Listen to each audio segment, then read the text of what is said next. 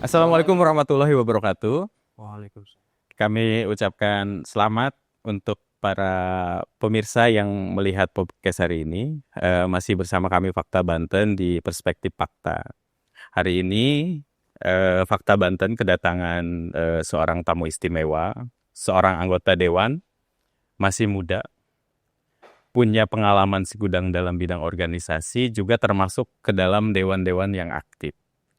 Nah, beliau ini juga punya pengalaman banyak di keorganisasian kepemudaan. Beliau adalah Pak Aplaul Hajis. Bapak atau Kang ini enaknya ya, Bang? Tangan. Kang Aplaul Hajis ini beliau adalah politisi dari Partai Gerindra. Saat ini beliau di Komisi 4 ya, Bang ya? Komisi 4. Komisi 4 membidangi beberapa OPD ya, Bang. Apa aja tuh, Bang, kalau boleh tahu OPD-nya di Komisi 4, Bang? Baik, pemirsa Fakta Banten yang berbahagia, sedikit saya jelaskan mitra-mitra organisasi perangkat daerah yang berada di Komisi 4 dalam pengawasan DPRD Kota Cilegon. Yang pertama yaitu Bapeda, Badan Perencanaan dan Pembangunan Daerah. Lalu yang kedua itu ada Dinas Perhubungan. Yang ketiga ada Dinas Lingkungan Hidup. Yang keempat ada Dinas Perumahan dan Permukiman. Yang kelima ada Dinas Perindustrian dan Perdagangan. Yang keenam ada Dinas Komunikasi, Informasi, Standi dan Statistika. Lalu yang ketujuh itu ada bagian barang dan jasa. Yang kedelapan itu ada Dinas Perumahan dan Permukiman. Yang kesembilan itu ada bagian administrasi dan pemerintahan. Oke. Kurang lebih itu. Banyak juga berarti ya mitra kerja OPD-nya ya, Pak? Alhamdulillah kita sangat banyak, tapi memang Komisi 4 ini peruntukannya dalam rangka mengawasi OPD-OPD yang menaungi ekonomi dan pembangunan serta infrastruktur. Oke, Kang Ajis, sebelum masuk ke konteks ya, mungkin para pemirsa di channel ini juga penasaran nih sebenarnya Kang Ajis ini berasal dari dapil mana sih? Terus kemudian secara latar belakang seperti apa gitu, Kang Ajis? Mungkin kalau bisa dijelaskan. Baik, terima kasih Bang Yosep. Perkenalkan, nama saya Ahmad Aflahul Aziz. Saya anggota DPRD Kota Cilegon dari fraksi Partai Gerindra, partainya Pak Prabowo Subianto. Saya berasal dari dapil Kecamatan Ciwandan dan Citangkil. Lalu kemudian saya sebagai sekretaris praktik Gerindra dan juga merangkap sebagai wakil ketua Komisi 4 DPRD Kota Cilegon. Nah, cukup mentereng ya kawan-kawan fakta semuanya. Nah, Kang Ajis ini walaupun masih muda, sekarang usia berapa kan? Puntes? Saya usia masih di 28 tahun. 28 tahun. Belia ya? Kenapa? Masih belia. Masih sangat belia dan masih terhitung generasi apa ya? Gen Z ya. Milenial ya? Masih milenial. Milenial terakhir. Ya, milenial terakhir. Milenial terakhir. Nah, cukup mentereng tadi posisi yang disampaikan Kang Ajis. Nah, apakah sementereng juga dengan kinerjanya di DPR? Jadi kawan fakta semuanya, Kang Ajis ini termasuk dewan yang vokal. Ya. Dia banyak mengkritisi kebijakan-kebijakan, kemudian isu-isu di pemerintahan, juga isu-isu yang berkembang di masyarakat. Nah, kalau boleh dijelaskan Kang Ajis, kenapa sih Kang Ajis memilih untuk sebagai dewan gitu, sebagai dewan turut mengomentari apa yang menjadi kebijakan yang menurut Kang Ajis ini tidak sesuai gitu. Apa tuh yang jadi dasar? Sekarang kan dewan ada banyak nih, ada 40. Tapi ya Kang Ajis ini mungkin termasuk salah satu yang vokal gitu dalam hal itu. Bisa dijelaskan kenapa gitu? Baik, motivasi saya tentu ini sudah menjadi tugas dan kewajiban saya sebagai anggota DPRD mewakili masyarakat saya, itu khususnya Dapil Ciwandan dan Citangkil dan umumnya untuk masyarakat Kota Cilegon. Yang menjadi alasan saya sehingga akhirnya saya ini selalu aktif dan vokal tentu dalam rangka mengawal kebijakan apa yang sudah ditetapkan oleh pemerintah daerah ataupun dalam hal ini kepala daerah. Tentu tugas dan fungsi sebagai anggota DPRD salah satunya itu controlling Oh iya, dan pengawasan. Maka dari itu apabila kebijakan-kebijakan yang memang tidak menyentuh ataupun tidak relevan dengan apa yang sudah menjadi program janji kampanye ataupun visi misi, itu hak saya untuk menyuarakan. Tentu bukan berarti tendensius saya kepada pribadi, tapi tentu dalam rangka bagaimana pemerintah Kota Cilegon ini bisa mengevaluasi kalau memang kebijakan ini tidak tidak menyentuh kepada urusan masyarakat banyak ataupun tidak menguntungkan satu sama lain. Alangkah baiknya ya tugas saya sebagai anggota DPRD. Bukan berarti saya mengkritik ini, bukan berarti benci. Justru saya menyuarakan ini, saya peduli sekaligus menyuarakan apa yang menjadi aspirasi masyarakat. berarti bukan karena tendensi atau kebencian ya. Bukan. Nah, jadi begitu kawan fakta, bukan karena benci atau bukan juga karena gelojol kaula muda mungkin, Bang. Satu memang anak muda yang seharusnya duduk sekarang jadi anggota DPRD itu bisa menjadi motivasi bagi teman-teman kalangan-kalangan muda. Maka dari itu ya sekaligus saya mengajak kepada teman-teman anak muda bisa melek terhadap kebijakan-kebijakan politik yang dikeluarkan oleh para pemimpin kita. Contoh di Kota Cilegon yang mengeluarkan wali kota, apa yang harus dikritisi, apa yang harus dievaluasi, supaya teman-teman anak-anak muda ini bisa paham dan bisa menggambarkan situasi politik, situasi kebijakan yang dikeluarkan oleh pemimpin daerah kita ini. Ya intinya harus melek politik lah. Tidak alergi ya. Tidak alergi. Tidak Dan karena antipati. tidak karena stigma politik yang dianggap negatif oleh sebagian orang. Artinya pemuda ini juga harus punya peran lah ya dalam pembangunan walaupun memang dalam sisi pengawalan secara kritis gitu. Nah, Kang Ajis sendiri nih sebagai orang Ciwandan, sebagai bagian dari masyarakat Kota Cilegon, apa sih yang dilihat oleh Kang Ajis Cilegon ini sebagai kota apa sih gitu? Karena kan kalau ya mungkin kawan-kawan fakta yang di luar melihat Kota Cilegon ini kan sebagai kawasan industri, salah satu kawasan industri besar di Indonesia dengan nilai investasi yang mungkin ratusan triliun. Karena kita tahu tahun 2005 ini aja menjelang akhir Desember ini udah masuk sekitar 16 triliun tuh yang baru, itu belum 2004 atau ke bawahnya. Tahun depan ditarget 20 triliun. Nah, dengan Kota Cilegon yang cuma 8 kecamatan, 43 kelurahan, memungkinkan nggak sih investasi yang ditarget 20 triliun itu bakal terlaksana? Dari sudut pandang apa dulu nih yang perlu kita bahas? Nah, ini kan kita bicara soal ruang. Betul. Nah, Cilegon ini kan saya bilang tadi terbatas ruang, hanya 8 kecamatan, 43 kelurahan. Nah, sementara kan kita tahu wilayah industri di Cilegon itu yang sudah punya RDTR itu kan cuman Citangkil, Ciwandan, kemudian Grogol, Pulau Merak. Nah, kita tahu bersama lah wilayah Citangkil, Ciwandan itu kan sudah jenuh ya. Industrinya sudah padat lah gitu. Mau ditarik kemana juga udah padat gitu. Sisanya tinggal kawasan pemukiman.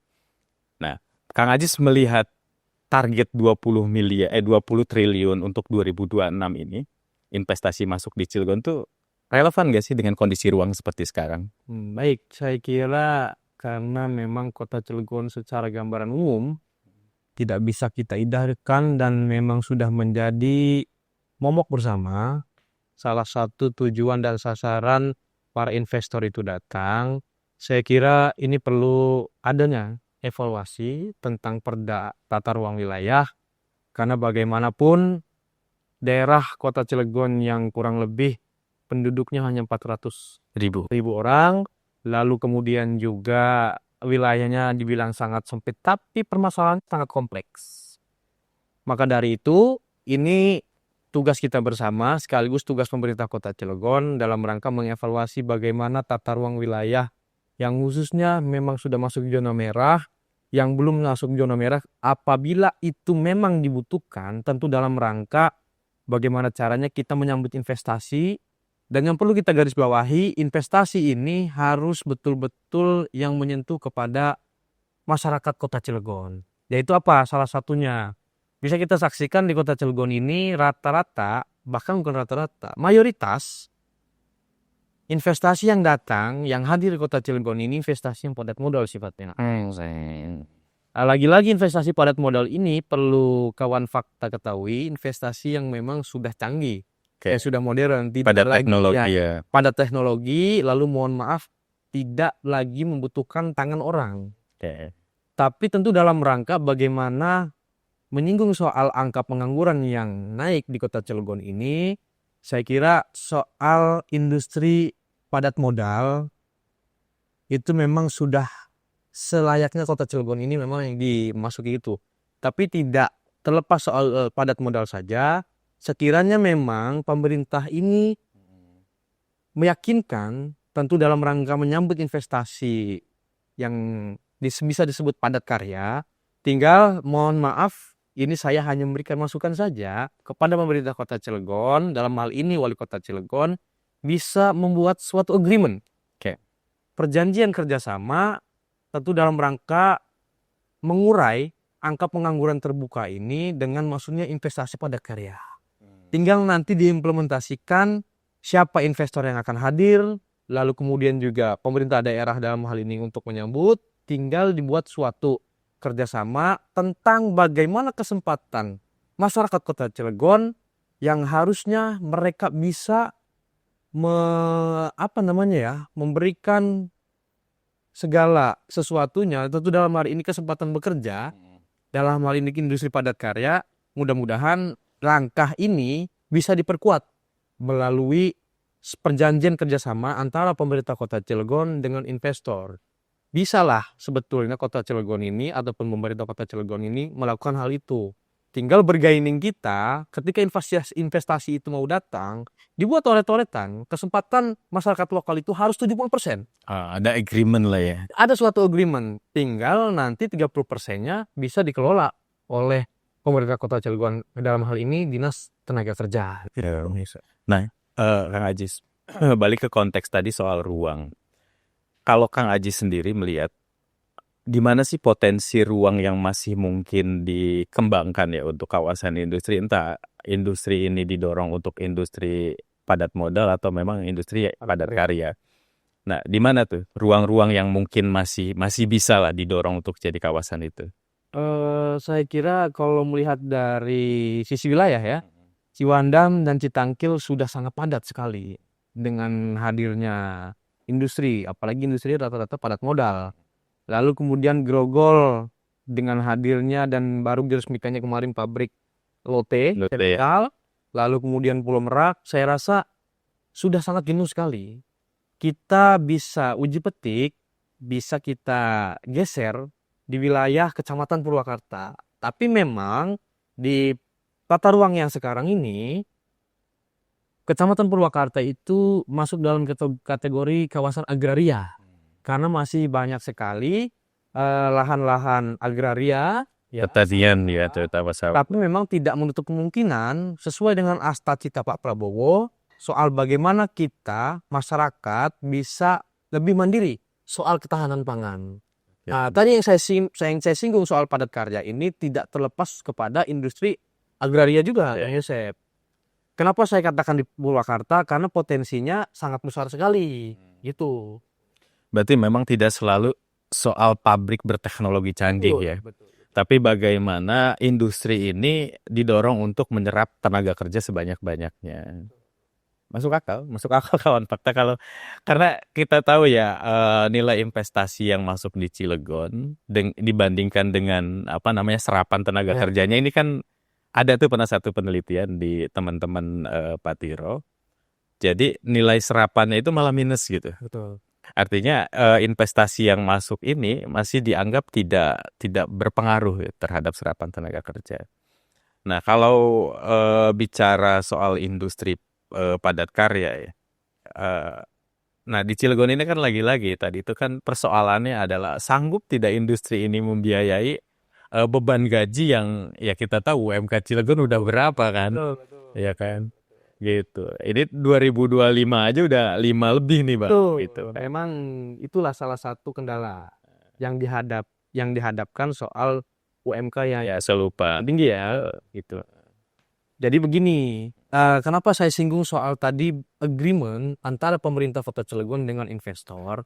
Ini untuk meyakinkan investor juga apakah mereka mampu, dan kalau memang mereka tidak mampu karena ini sistem industri yang sifatnya padat karya, bisa lah dijelaskan di situ, tapi tentu dalam rangka bagaimana tujuan awal kita mengurai angka pengangguran terbuka ini bisa berkurang, Bang Yesef. Sebetulnya bisa, itu tinggal bagaimana agreement itu tertulis antara investor dengan pemerintah Kota Cilegon, sekaligus difasilitasi oleh Dinas Tenaga Kerja. Nah, artinya relevan nggak, Kang, kalau memang sekarang pengembangan kawasan sekarang ke utara gitu, larinya ke utara. Karena kalau kita lihat kan masih banyak ruang-ruang di utara ya. Entah maksudnya apakah akan didorong untuk industri seperti itu atau memang malah memaksimalkan potensi agraria yang ada gitu. Karena mau tidak mau juga manusia butuh makan tuh. Betul. Kita masih butuh nasi nih, Pak. Karena kalau kita lihat data produksi padi di Cilegon itu kan cuma 5.000 ton per tahun, sementara kebutuhannya di 15.000 tuh. Jadi kurang 2 kali lipat ya. Nah, apakah potensi-potensi ini harus kita dorong ke arah situ atau memang kita datangkan saja lah udah investor gitu masuk ke sana, pengembangan kawasan industri baru di wilayah utara. Karena kan gembor-gembor pemerintah saat ini adalah mengembangkan kawasan utara. Ada program apa sekarang tuh Jalan Lingkar Utara, kemudian dan lain sebagainya.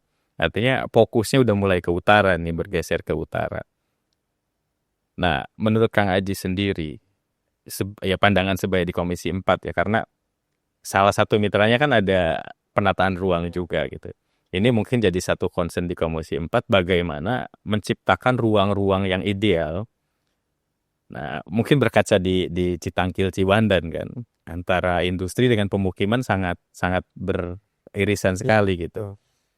Nah, kalau ini misalnya digeser ke utara, menurut Kang Ajis relevan nggak sih kalau industri yang persis misalnya di mana di wilayah Ciwandan Citangkil itu juga terjadi di sana gitu. Baik, begini. Saya kira kalau bicara soal relevansi memang tidak sangat minim sekali relevansinya. Tapi yang saya katakan tadi soal kesempatan investor, saya katakan investor ini kan datang ke sini tentu niatnya usaha, ingin mengembangkan bisnis yang mereka punya. Tapi lagi-lagi ini warning juga bagi beberapa OPD yang menangani tentang hadirnya investor, PTSP, lalu kemudian juga Dinas Lingkungan Hidup. Artinya faktor-faktor yang memang kita bisa saksikan bersama.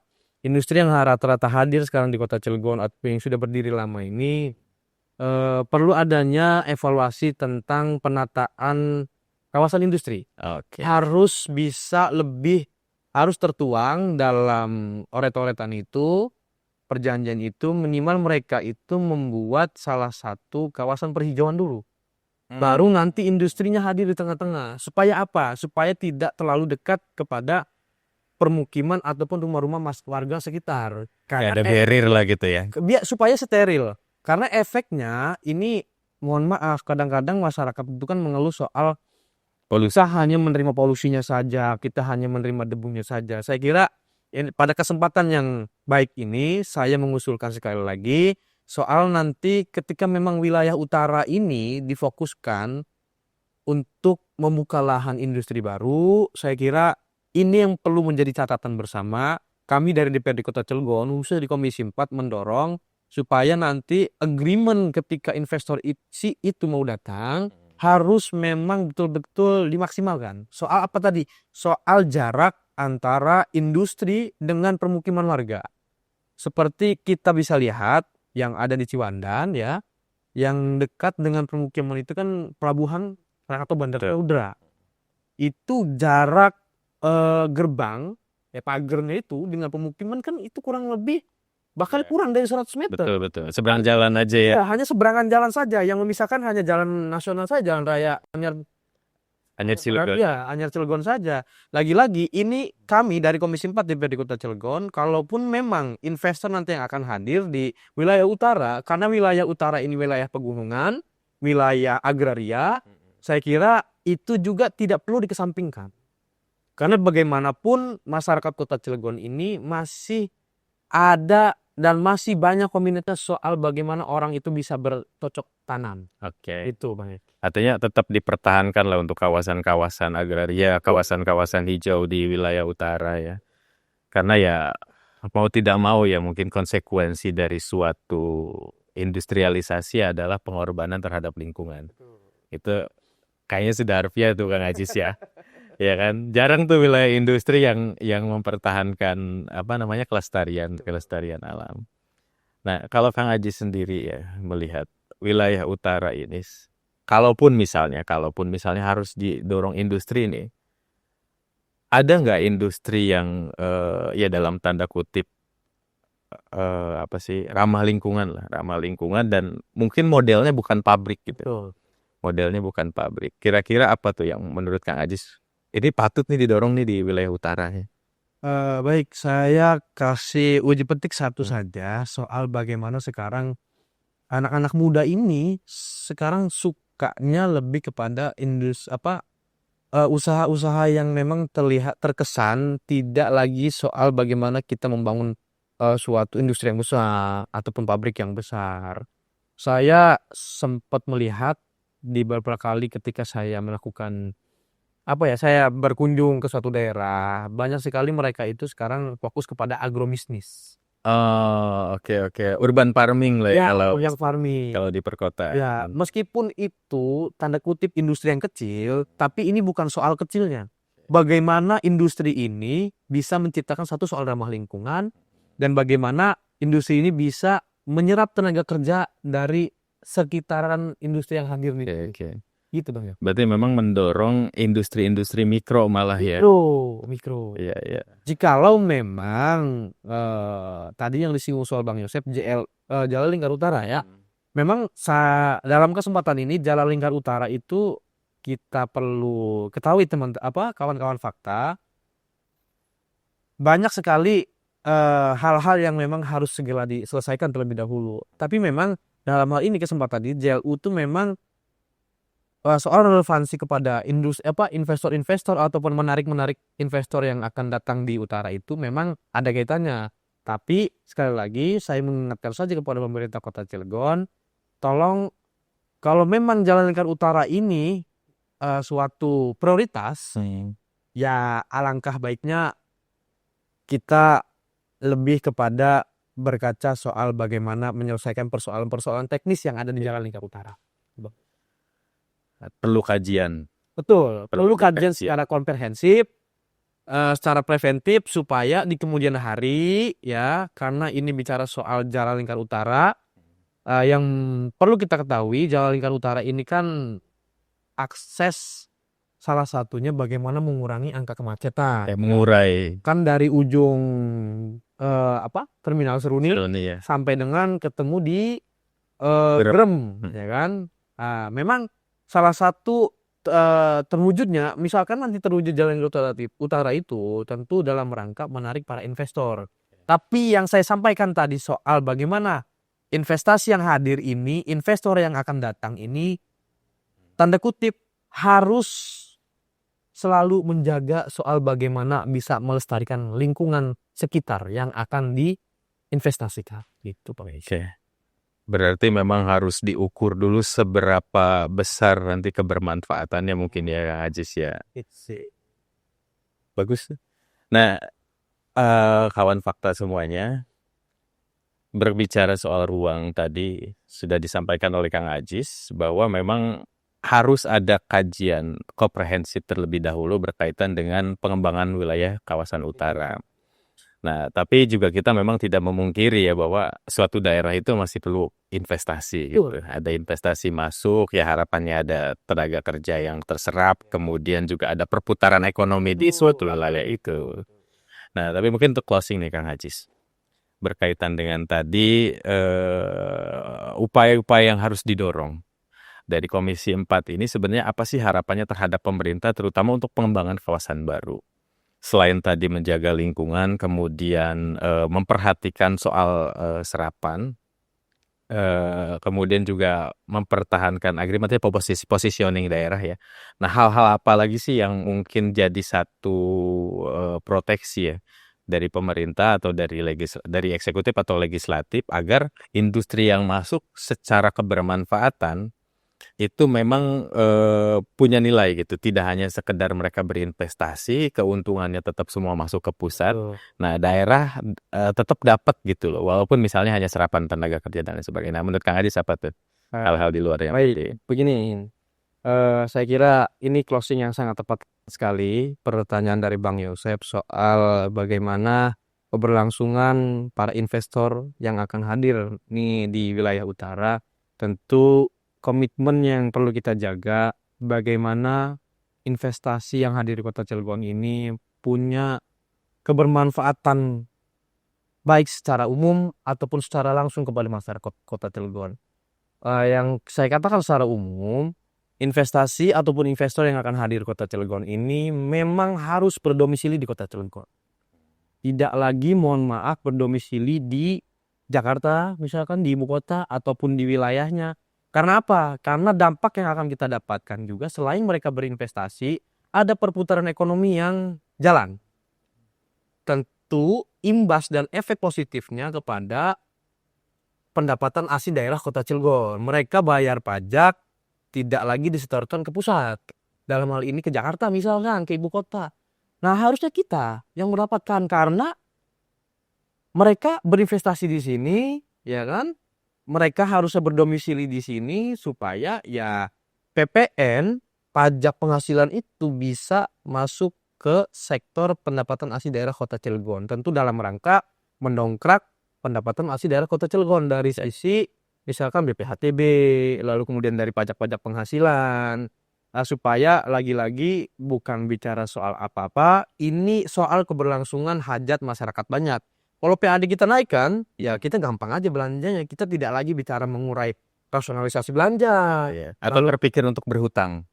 Oh, kalau itu kita nggak, ini ya, kita nggak terlalu Ya, itu ya pada situ. dari fiskal murni lah ya Bang Haji. Artinya supaya Mengupayakan ini itu ya. mengupayakan bagaimana kemandirian fiskal daerah kita, Kota Cilegon ini bisa betul-betul terasakan. Ya. Jadi jangan hanya sebutan kota industri saja, tapi kemandirian fiskal kita ini masih sangat rendah sekali. Ya, Itu yang perlu kita dorong.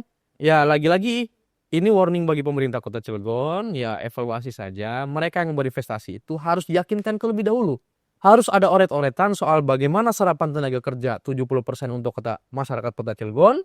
Lalu kemudian 30%-nya bisa dikoordinasikan dengan Dinas Tenaga Kerja. Yang kedua, soal domisili. Artinya, sekali lagi saya menekankan ini karena domisili ini penting. Karena rata-rata kantor pusat industri yang hadir di Kota Cilegon ini, kantornya di pusat semua Bang Yosef. Iya. Ngumpul ya di Jakarta. Terima tulangnya aja. Dagingnya mereka semua yang dapat. Kita dapat. Lagi-lagi kan masyarakat Kota Cilegon ini setelah saya serap aspirasinya, saya ngobrol dengan masyarakat.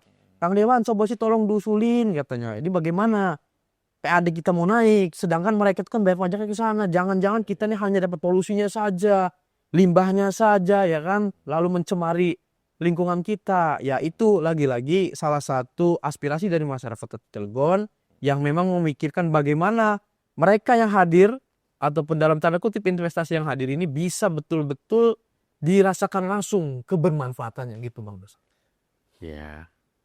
Oke, kawan fakta itu dulu ya sementara closing yang sangat bagus dari Kang Ajis berkaitan dengan apa-apa yang harus dijagain oleh pemerintah Kota Cilegon nih berkaitan dengan investasi.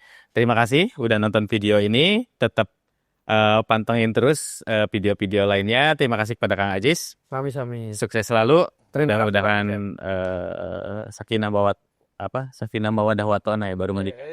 Iya. Begitu sih, terima kasih. Itu kawan fakta. Terima kasih. Assalamualaikum warahmatullahi wabarakatuh. Waalaikumsalam warahmatullahi wabarakatuh.